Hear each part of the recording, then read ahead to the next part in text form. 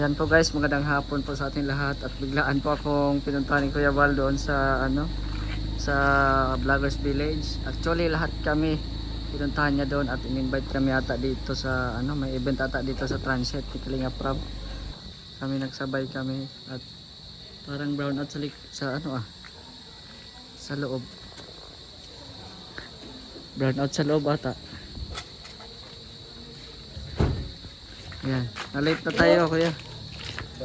Jamar, ay burnout pala yan.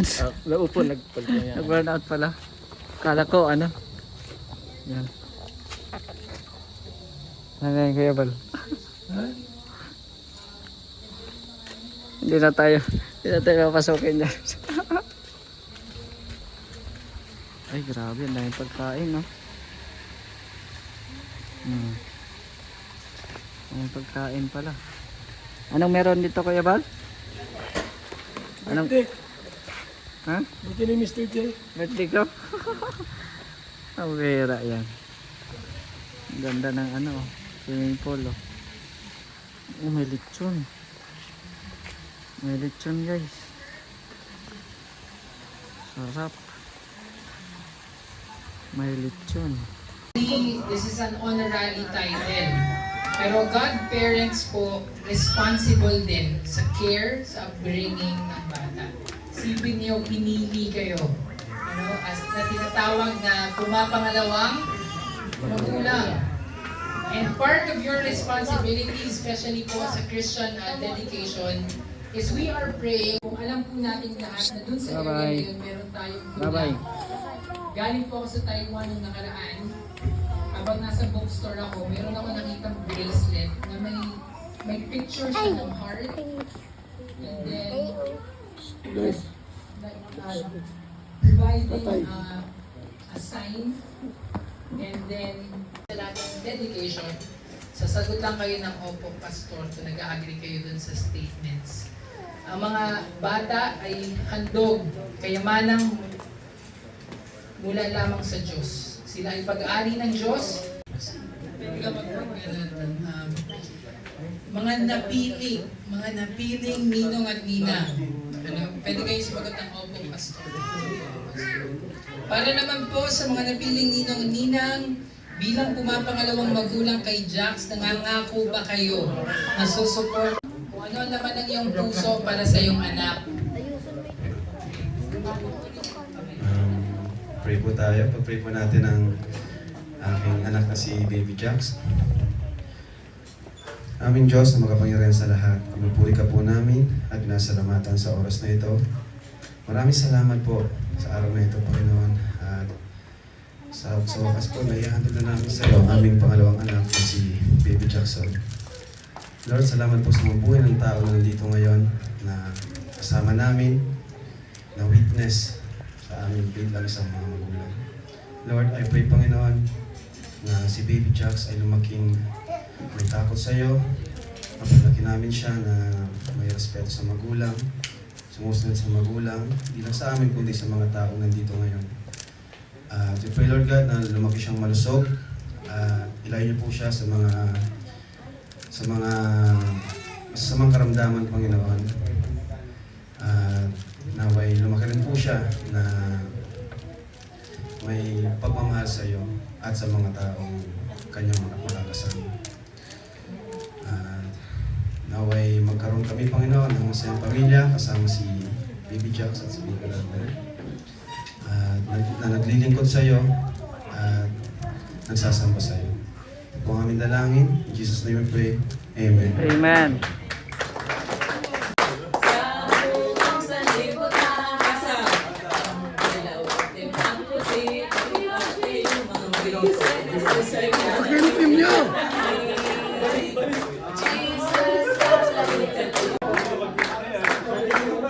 Kata kayo bata, pinapasa-pasa.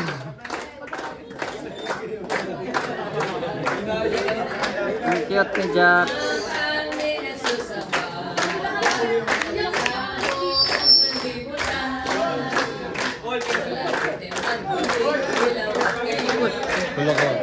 Kasi malikot.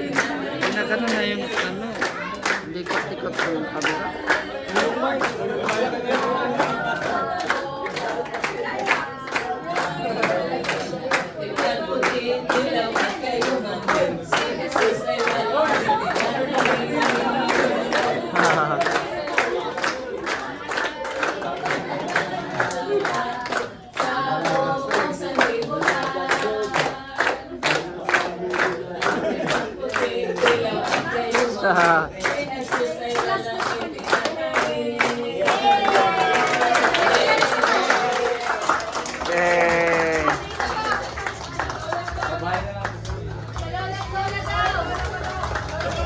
Lolo at Lola. Lolo. Ang lolo. Ang lolo. Oh, ayan si Lola. Lola, yun o. Lola. Lolo, Val. Lolo, Val. Ah. Yan oh. Yay! Yan oh.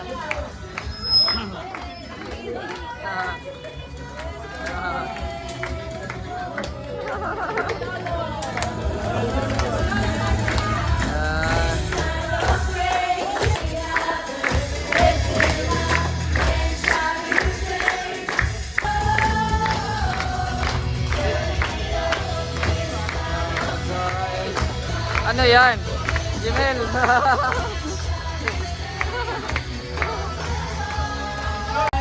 Conference pa po tayo.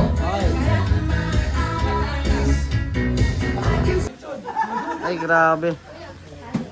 Uy, marok kayo mo ba? Hindi na kayo pumasok. Nandito pala kayo sa lechon. Pambihira.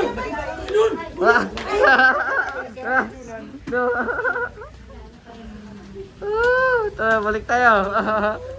Nagpirma pa kuya, kaya dito muna kami. Po, Mami. At syempre sa pagkakataon po ito, nais din po natin bigyan ng pagkakataon ang mga grandparents ng ating mga bata. Ihahatid natin sa Panginoong Diyos. May mga bata po na lumaking salbahe, panamura, walang takot sa Diyos sapagkat maliit pa lang, hindi niya nakilala kung sino ang Panginoon. So, maganda itong ginawa ni Kalinga Proptel, ginawa din namin yan sa kanya. Nung po ay maliit pa yan, kahit walang handa, walang litson, pero inihandog namin sa Panginoon. Kasi kung hindi mo ihandog yan, baka demonyo ang pupunta niyan. Agawin ng demonyo yan. Kaya sa mga magulang, tiyakin niyo po na yung mga anak ninyo, unang-una, ay maihandog ninyo sa Panginoong Diyos. Amen. Amen po. So, congrats sa mga asawang Jack at Kalinga Prab at ito ay isang tagumpay sa inyong pamilya. Yan pa yung mga ninang ni guide Jackson. Ayan. ni Jackson. Yun, gagawin ko po yung best ko para mag-guide si Jackson ng maayos, maturuan ng buting accent. Ayan. Tapos syempre, papakita sa kanya yung tamang pagpuri sa Panginoon, ganyan. Papakilala namin sa kanya si Lord. Tapos yun, gagawin ko yung best ko para maturuan siya ng ayos. Kanino? Yun na nga. Message ko kay Jackson, maglaki ka ng maayos, maging malusog ka, ayan. Tapos, huwag ka magmano sa tatay mo. Ay, siya. Pero ayun, maging mabait na bata, marespeto sa magulang at sa mga nasa paligid, yun lang po. Hindi po katulad din na sinabi ko nila, siyempre, i-guide ko din po si Jackson na maging mabait, siyempre.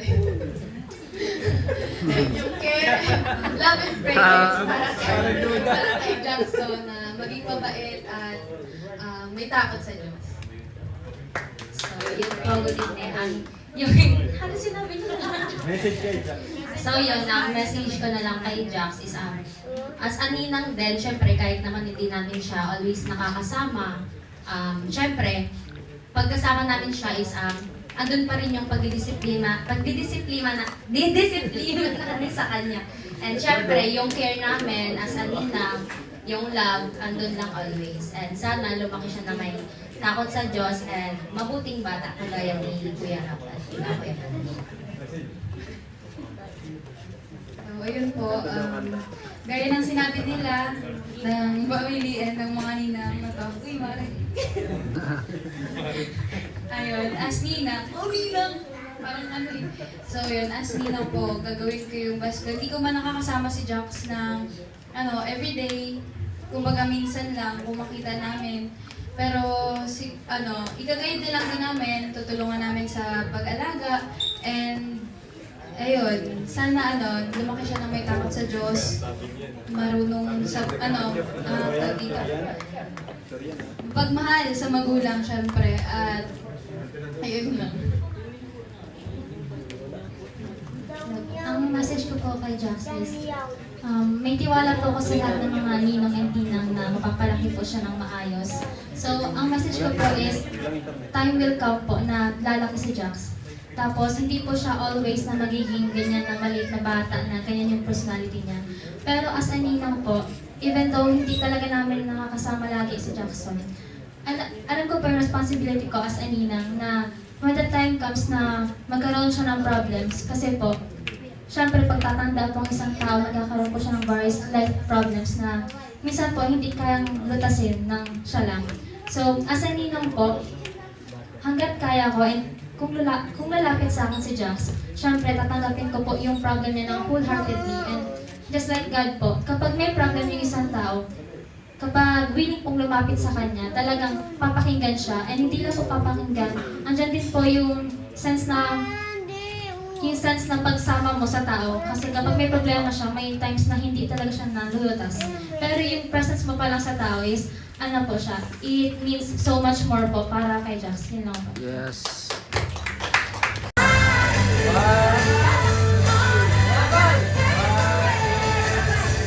Grabe, may pulis ka ng ano ngayon ah. Grabe ka na ngayon ah. Bodyguard mo na yan ah.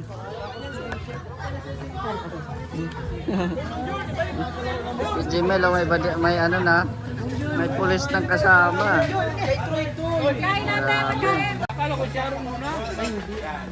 Grabe yan, Mang John, pag isang week na tayo sa linggo. Alaga ko. Alaga mo. May kasabihan sa kumpare mo na daw, hindi na pwede magkatuluyan. Tala.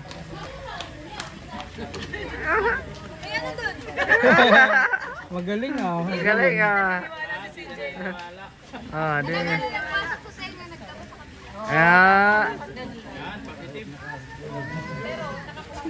Ted na, Kuya Bal, punta na kami. Yan, so uwi na po kami. Salamat po sa inyong panonood. Don't forget to like, share at subscribe sa ating YouTube channel. At syempre, dinalhan natin ng ulam yung kasamahan natin na si Saldi Boy Fishing Vlogs. Kasi naiwan man siya doon at hindi mo siya sumasama. Oo, so meron pa namang sobra sa ulam kaya nag-take out na kami. So ayan, thank you so much. God bless. Bye bye.